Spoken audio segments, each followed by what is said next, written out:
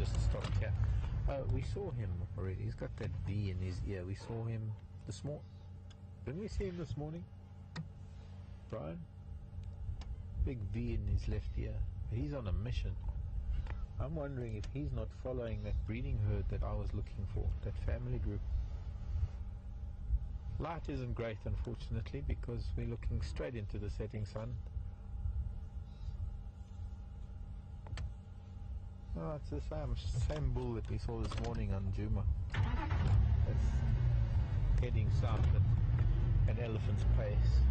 So we're just going to get to the western side of him, and we're going to have a really, hopefully we'll be able to follow just a little bit. He's marching so fast, he's going to cross over to the other side of, to the southern boundary of Arathusa, where I can't follow him any longer, but we'll stay with him as long as we can. And maybe still get to the hyena den eventually. Hello, Miss Daly. Remember us? Slow down a little bit at least.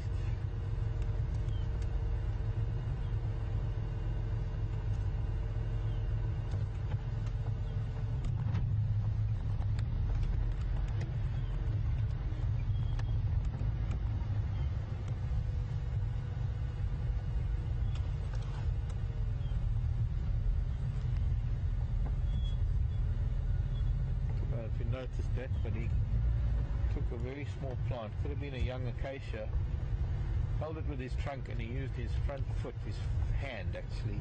Why we call it a foot when it's actually a hand, but anyways, he used his hand to knock it off its root base.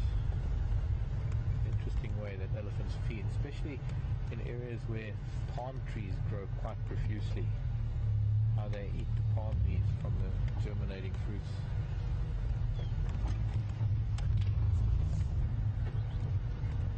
Sorry, I was going to try and position, but he's also, once again, he's using trunk and foot to feed. He's pushing a piece of dead acacia with his foot now, holding it with the trunk and kicking it with the foot. The hand, kicking it, leveraging it, pushing it. So he's basically eating young acacia, bits of acacia that died in the fire, because there was a fire here some time ago in the dry season, and now the recoppicing plants that are coming up, they're recoppicing, they're regrowing, and he pushed away with his hand, he pushed away the old dead piece of acacia to get the new growth. And he might not have killed it. I mean, he might have broken it in a way that, in the same way that the fire had suppressed the plants. That underground there's still growth, and that maybe next year it'll recoppice again. So there might be a fairly large rootstock underground, but above ground there's now nothing to be seen for it. But he does look like he's in a little bit of a mood. I'm not saying it's a bad mood at all. He's marching, stopping to eat, but he's got a swagger about him.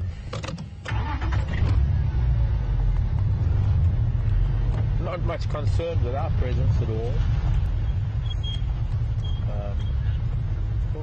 News of mewing.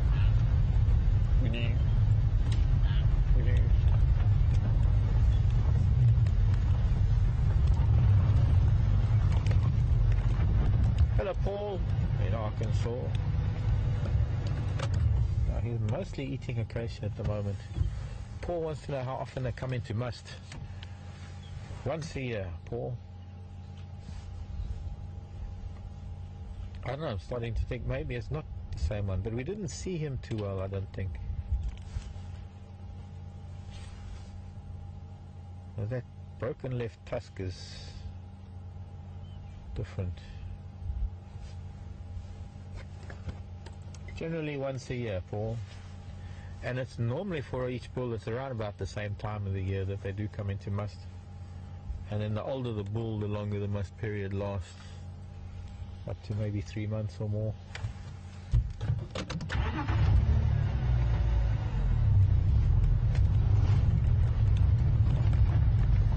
Whoa, whoa. You're not going to be easy to keep up stop with, because he's going through some of the thicker stuff now. It might be easier to just get down onto that boundary road and wait for him to approach it. He is marching the way he is.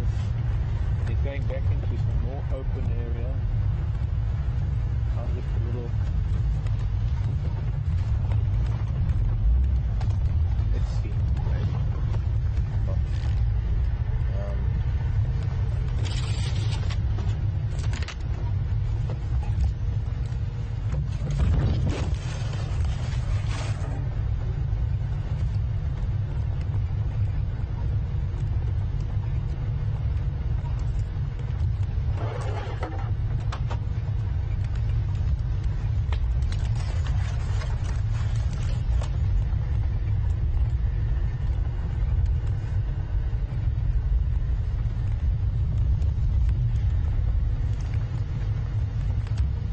Raisa, thanks for the welcome back. And great to hear from you too. Raisa's asking if I've seen any mushrooms this summer, and would this elephant eat any of them?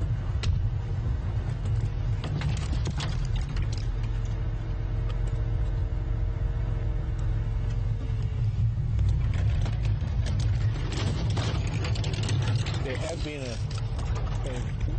We'll just stop here for now, and we'll wait for him to come by. He might actually come very close, just for the sake of it, because he's an elephant. Quite a few little recoppicing acacias close to us here, and it might be interesting to be able to see how he's actually feeding on them right now. The way he's sort of pushing the dead twigs away, and then grabbing the new growth with his trunk is probably nice and sweet. Not many. Come this way, Buena Tembo. There's one right here. This one, just here on my just here on your right. This way. No, here. This one. Yeah, here. Okay, never mind. It lives another day, the acacia.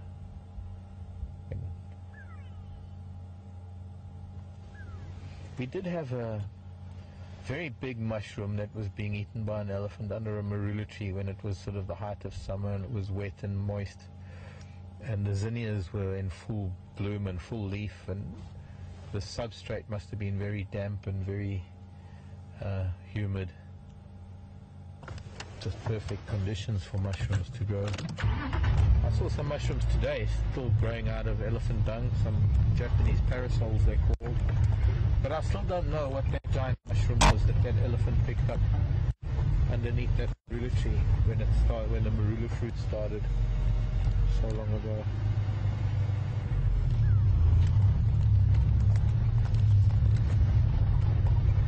Interesting. He's exclusively feeding on the recoppicing of a lot of the trees here,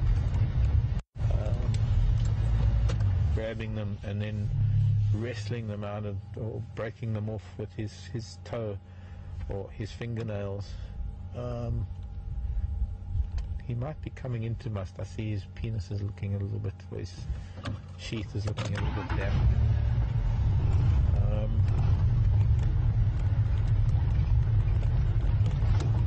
I still don't know what that giant mushroom was.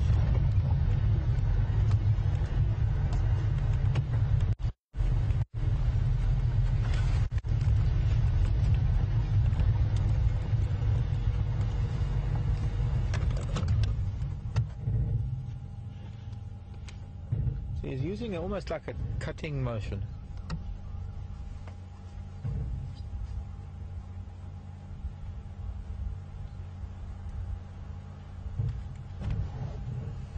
In fact, he's been feeding so exclusively this way for a while now that he's actually got a green stain. It's almost like he's wearing green nail polish on his hand, his right hand. We get a little bit further on, we can try and pick that up in the light. So far he's been doing things in shadows and behind bushes.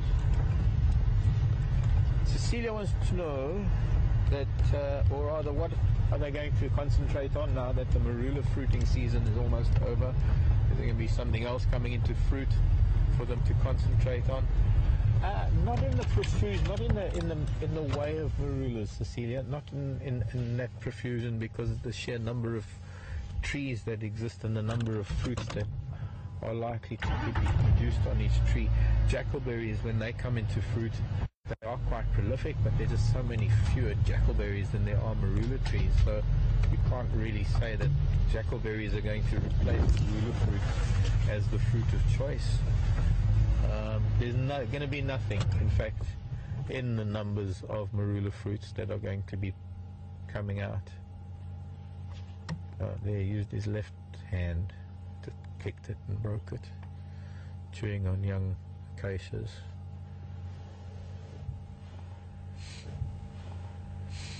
Smelling something coming up from the south. He's clearly on a mission, rubbing his eye.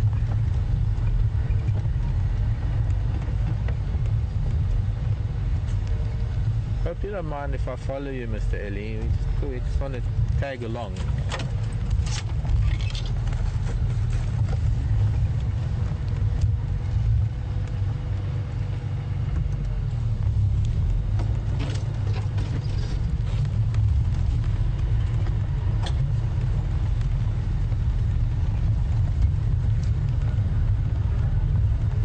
Kathy in West Virginia. Do elephants have to be concerned with encountering poisonous snakes? Well, I guess venomous snakes rather than poisonous snakes, because we don't have any poisonous ones, we only have venomous ones.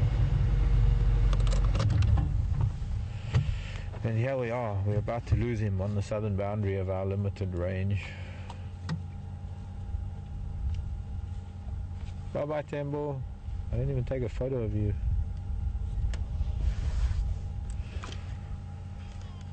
I think everything, Kathy, everything has the potential to disturb a venomous snake or a dangerous snake. I think just by virtue of the fact that everything sort of lives in the way that it does, that most of the time, it happens so seldom that you can't really say that it even is worth mentioning. I have heard that in India elephants get bitten by cobras quite a lot, but that might also be because they're employed by humans to do manual labor, and a lot of the time that manual labor is deforestation and hauling logs and things, and that's disturbing elephant habitat. Here in this part of the world, I won't say there's a harmony, but snakes they don't lie around waiting to be trod on by big mammals. I mean, there are so many large mammals, whether it's an elephant or a zebra or an impala or a lion. The fact is that there are these big mammals and there are snakes. And yes, occasionally there are accidents. Occasionally they might encounter each other, and I've known of cubs to die. I've known of animals to have died of possible snake bites, but it's very, very hard to determine unless one does an autopsy. One can only look at the marks made in the sand and how the animal perhaps went through a period of distress before it died because of the way the sand marks work, that maybe it was a snake bite. But I don't think, if you had to look into the mind of an elephant, that they're really that concerned about snakes. They're certainly not obsessed with them the way we humans are, which, of course, given our place on the planet and given how we live and the chances of us encountering snakes is so slim, the fear of snakes that people are imbued with by, well, it's such an irrational fear, and it's just a fear that's passed on. Okay, so this is really strange, moving on from the snake issue. It's kind of like he walked to this boundary, crossed the boundary, and now he stopped. You're like on this mission. I've got to get to this road. As soon as I cross this road, I can stop. Look, he's got that back leg.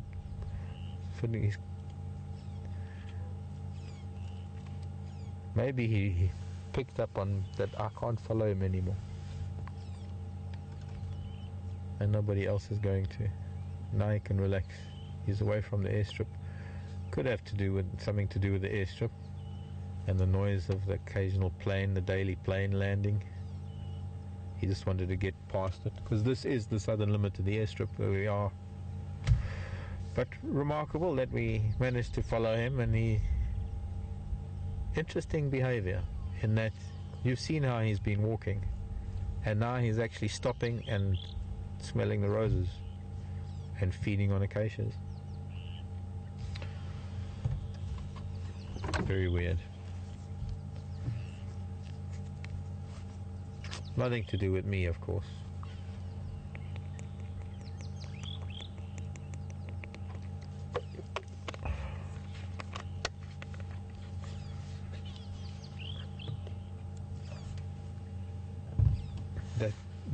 That I'm confident about.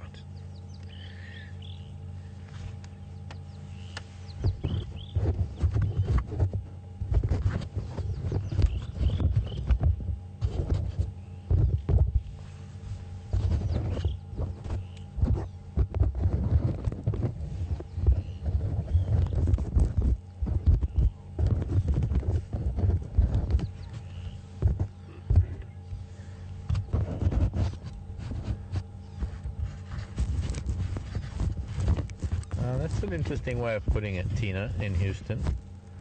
A male elephant coming into must. Am I making a noise on the microphone? Well, it's not me, okay? It's the monkey. He can't sit still.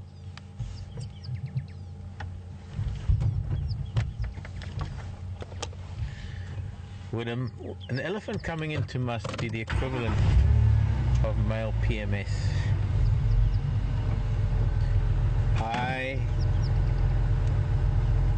I won't answer that on the grounds that it may incriminate me. I won't answer that question on the grounds that I might get into trouble, because I'm a man. How on earth am I going to understand anything about PMS? But let me put it to you this way. A male in must, a bull elephant in must, has got more than 50 times the testosterone running through his body. Hello, baby child. Look at this little fluffy Drongo. Hello, baby Drongo. Can you fly yet even? You're just waiting for mama to come and feed you. Waiting patiently. It's still a little bit grey. And I'm betting that that fork-tailed Drongo right in front of that elephant's face is Mama Drongo.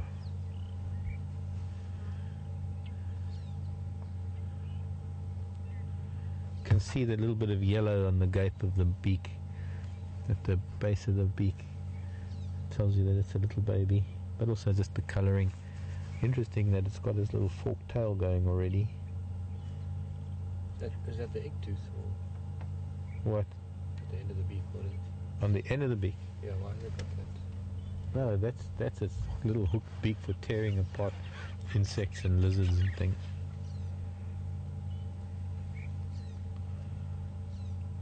Must be fairly new out of the nest. And be interesting to see if it's going to catch anything itself. Certainly looking. But it's got a little hooked beak like a shrike. Hello, Mr. Ellie. We can also see either mother or father, but that's definitely most likely one of the adult Drongos that's taking advantage of the fact that the elephant is here. Oh, there goes baby sitting in front of us now. Nearly fell off the branch. I don't know, Andrew, I don't want to be in your position because it's hard to tell who you're going to look at. But any minute now, Mama Drongo is going to... It's going to be easier now because it's in front of us. Little one. Going, there we go. Going to sit closer to Mama and closer to the Ellie. This is how they learn. This is how nature happens. The juvenile Drongo, probably recently out of the nest, learning how to catch insects quicker than it can normally by having an elephant nearby. And as the elephant is feeding, there are going to be insects being moved around.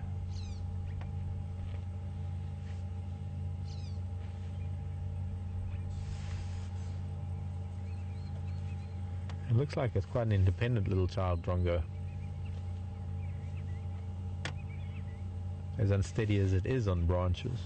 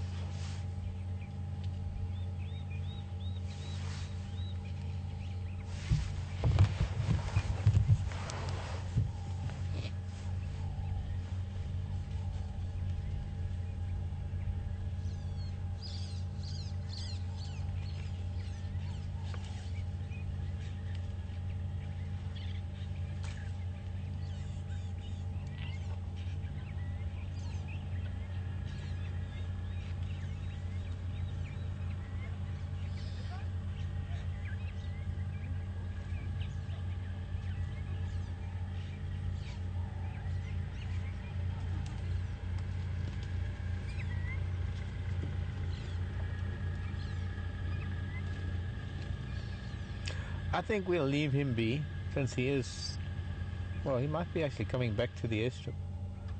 I still can't believe how funny this was, how he was marching south and he got to this road and then stopped and turned around. It's really quite incredible. I'm going to move position, but there is another there is another large vehicle that has arrived, and it might be nice to just leave them this lovely peaceful, like we have had. We've had a really amazing, peaceful time with them, and maybe these guests would appreciate that too.